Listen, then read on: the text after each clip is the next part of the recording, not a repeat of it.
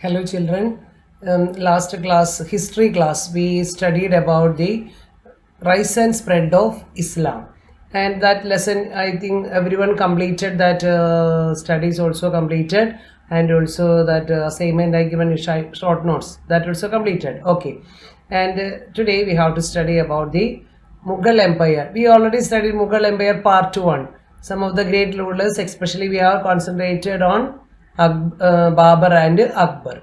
And in continuation of the Mughal Empire, that is a part 2, we have to study about the Jahangir, Shah Jahan, Aurangzeb. But in this we have to study only Aurangzeb. Okay, Aurangzeb and his Deccan policy that we have to study today. Okay, so today we have to go through Mughal Empire part 2.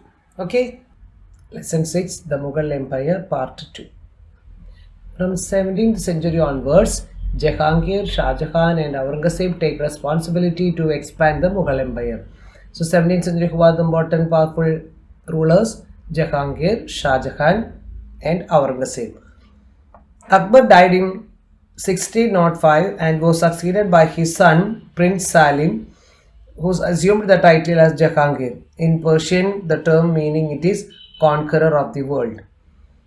And Jahangir continued Akbar's policy of winning over Hindu chiefs through marriage alliances and grants of high offices. He also played religious tolerance like Akbar. And Jahangir granted trading rights to the Portuguese and also the English East India Company to trade relations, trade centers, started establish trade centers in India. And in 1611, Jahangir married Noor Jahan, the name meaning it is the light of the world.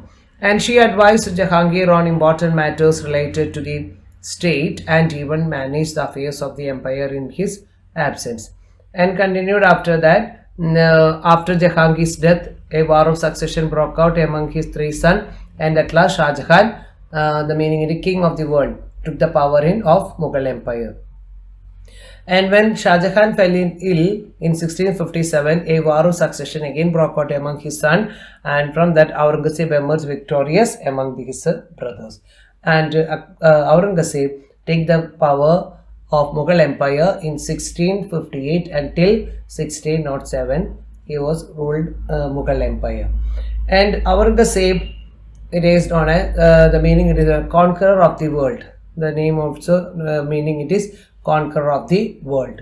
And Mughal Empire reached its glory during this time. When Aurangzeb took the power of Mughal Empire, the Mughal Empire reached in the zenith of his glory during this period itself.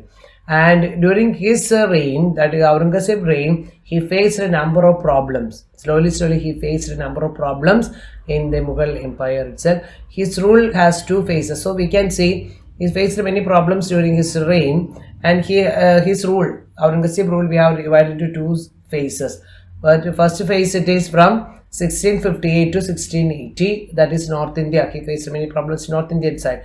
And the second phase from 1681 to 1707, that is Deccan side. He faced many his rules maybe divided into two sections, North India and South India. The Deccan means South Indian side.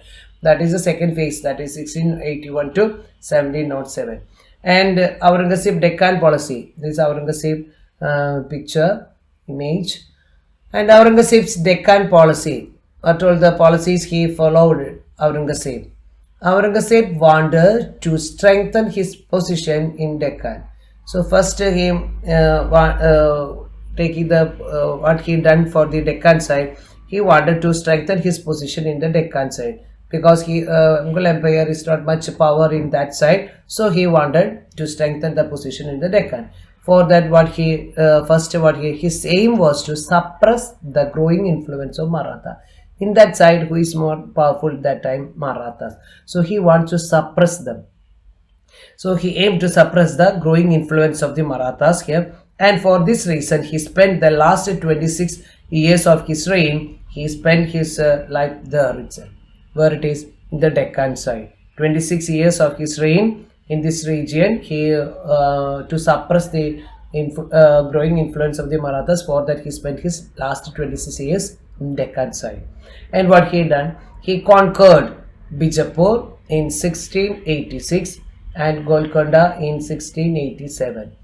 And he one by one he take the position of the Deccan side, that Bijapur he conquered in 1686 and Golconda in 1687, and like that he captured the many places. However, these conquests did not prove to be beneficial, as it was difficult to administer the newly acquired territories because they were too far from the capital. Because he captured places like Bijapur, Golconda and all, but it is very difficult to administer these places because capital is far away from these places. That is why he faced administration difficulty he faced. And also he did not made any effort to be friends with the Marathas. He always to conquer with the Marathas. Even with the growing power of the Marathas, Aurangzeb did not make any effort to befriend them. This proved to be disastrous of the empire, and his Deccan policy proved to be a failure. Slowly, he is not made any friendly relations with the Marathas. That is why automatically the Deccan policy proved to be a failure.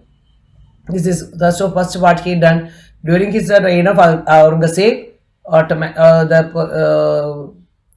Mughal Empire is reached its glory, but slowly he faced many problems, and especially his rule is divided into two sections: North Indian and Deccan policy. And his Deccan policy, for the Aurangzeb Deccan policy, what the speciality?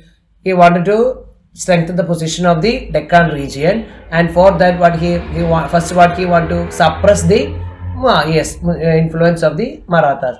And for that what he done? He spent 26 years there, and one by one he conquered Bijapur, Golconda, but very difficult to administer. Why?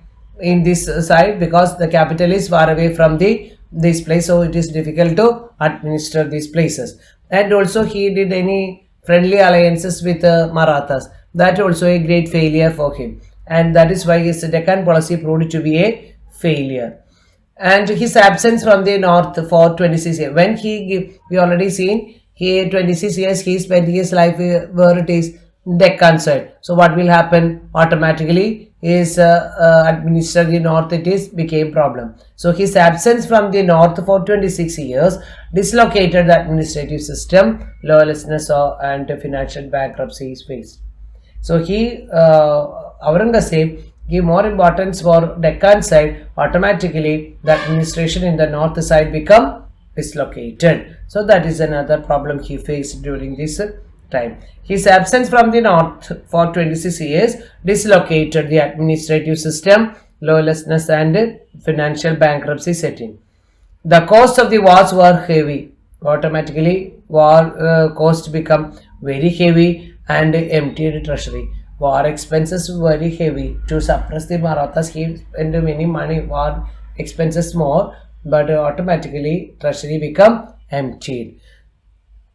And as well as took the life of the number of soldiers also taken away because of this war. War cost heavy, empty treasury, many soldiers died in this wars, and all these things become faced during this period. And revolts broke out in other parts. During this time, revolts started in many parts of the empire, automatically challenging the Mughal supremacy. So he faced many problems during his reign. So that is we can say during the Aurangzeb period. Aurangzeb period, he was a conqueror of the world, meaning it is, and reached the automatically Mughal Empire reached the high position. But the problem it is he faced his rules divided into two sections, North India and South India, that is Deccan. So for Deccan policy, he gave 26 years, he is given more importance for to suppress the Marathas and Deccan under his control. So what happened? Automatically he captured many places, but very difficult to administer these places, as that is why and also he is not much friendly with the policy. That policy he didn't follow with the Marathas. So all these things proved to be a failure of the Deccan policy, and because of his 26 years spent here, North India side administration is also dislocated, treasury become empty, war expenses increased, many soldiers died into that, and also many small many parts revolt started in the empire. That also it is a great challenging for the Mughal supremacy. This is a situation when this is the happened during the reign of Aurangzeb. Clear. And which other revolt he made during his faced during this his reign, Aurangzeb reign. Aurangzeb reign witnessed a number of revolts because of his faulty administrative and religious policies. Because of this problem, he faced many revolt from his empire because of his faulty administrative system and also his policy, religious policies towards the people. That also witnessed a number of revolt he has to face during his reign. What one did? He reinforced jizya tax on Hindus and destroyed Hindu temple. We already seen the religious tolerance. Till Akbar and after Jahangir, everyone is followed the policy of Akbar. That is why automatically Mughal Empire reached the high position. And during his reign, what that time Akbar abolished jizya and pilgrimage tax also. But when he taken the power, he reinforced jizya tax and also destroyed Hindu temple. So he is not much tolerant towards the religion. He is a Muslim and he had a different attitude towards the Hindus. That also he faced many problems from the revolt he faced during his reign. And this is from jizya tax on Hindus and destroyed the Hindu temples. And Jats and Bundela and Satnamis rose in revolt because Aurangzeb increased the land revenue.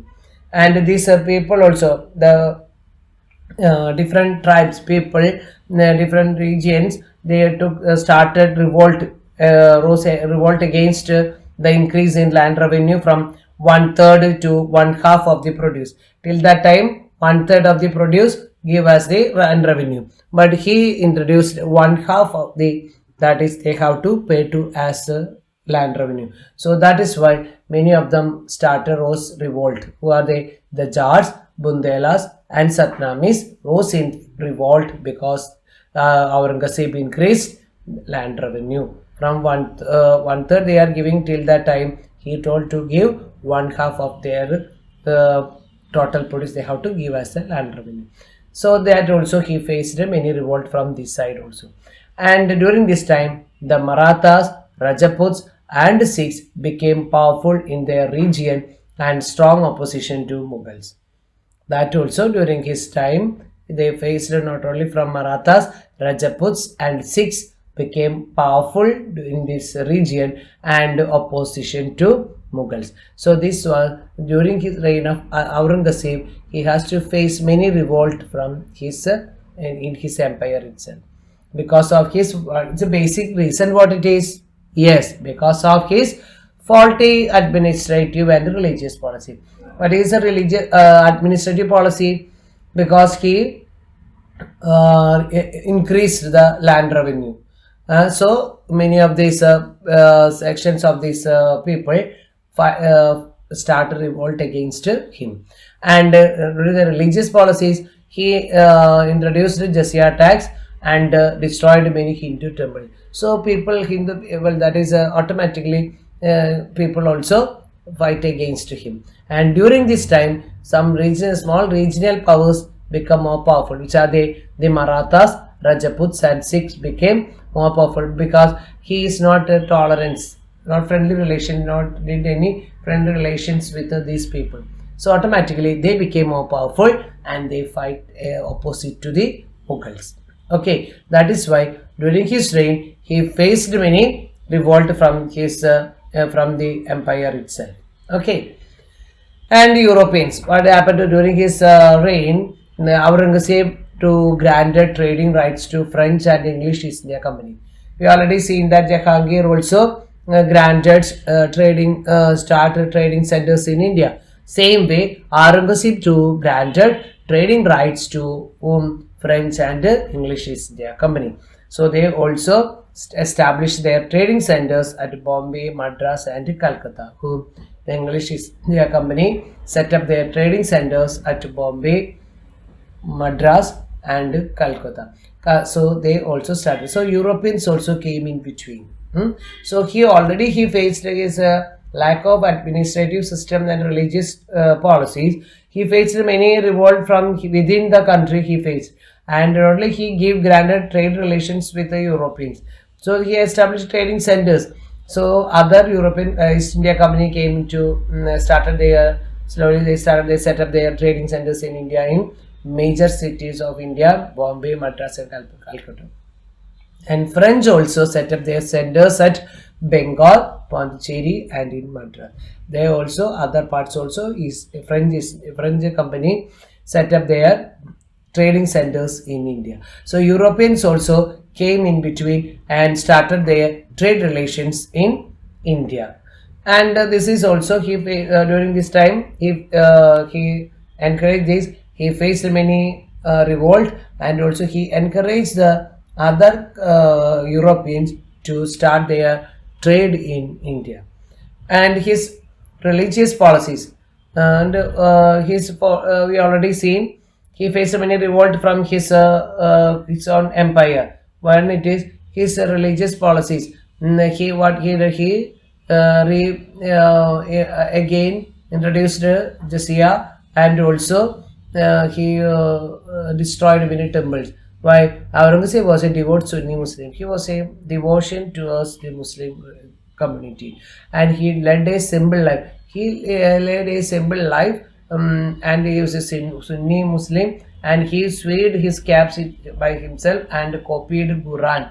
So like that means he was a devotion towards Islam religion, and he is known as Sinda Per, or a living saint.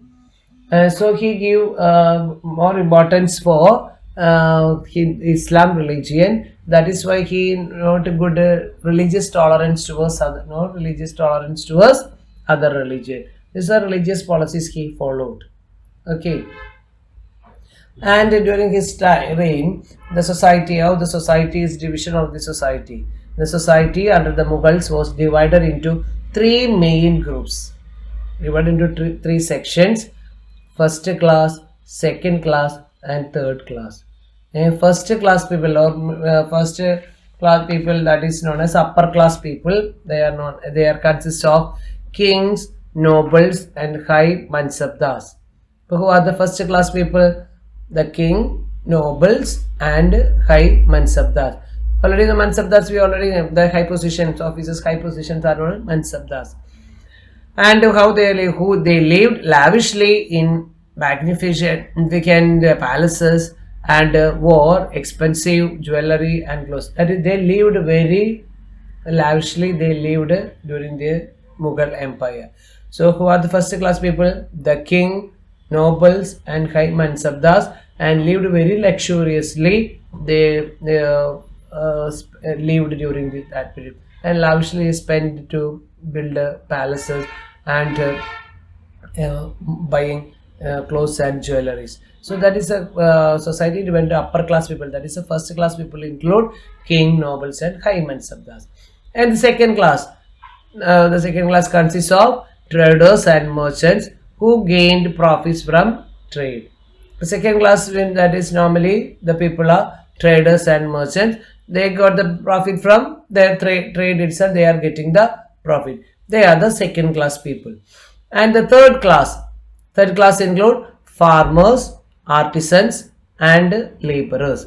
The third class consists of the farmers, artisans, and laborers, who were the poorest sections of the society. So automatically we are knowing first class is king, nobles and second class traders, and third class normally the poor people, that is the farmers, artisans, and laborers. They became very poorer sections of the society. The tax burden was very high on the peasants, and who giving the tax and the third class people, the farmers, artisans, laborers, they are they are giving the land revenue, high taxes given to the king. So this is the way during the period of Mughal Empire and during the reign of Aurangzeb, the society was divided into three sections: the first class, that include king, nobles, and high mansabdars. And the second class include traders and merchants. And the third class include farmers, artisans, and laborers. This is a society, division of society under Mughal Empire during the period of Aurangzeb.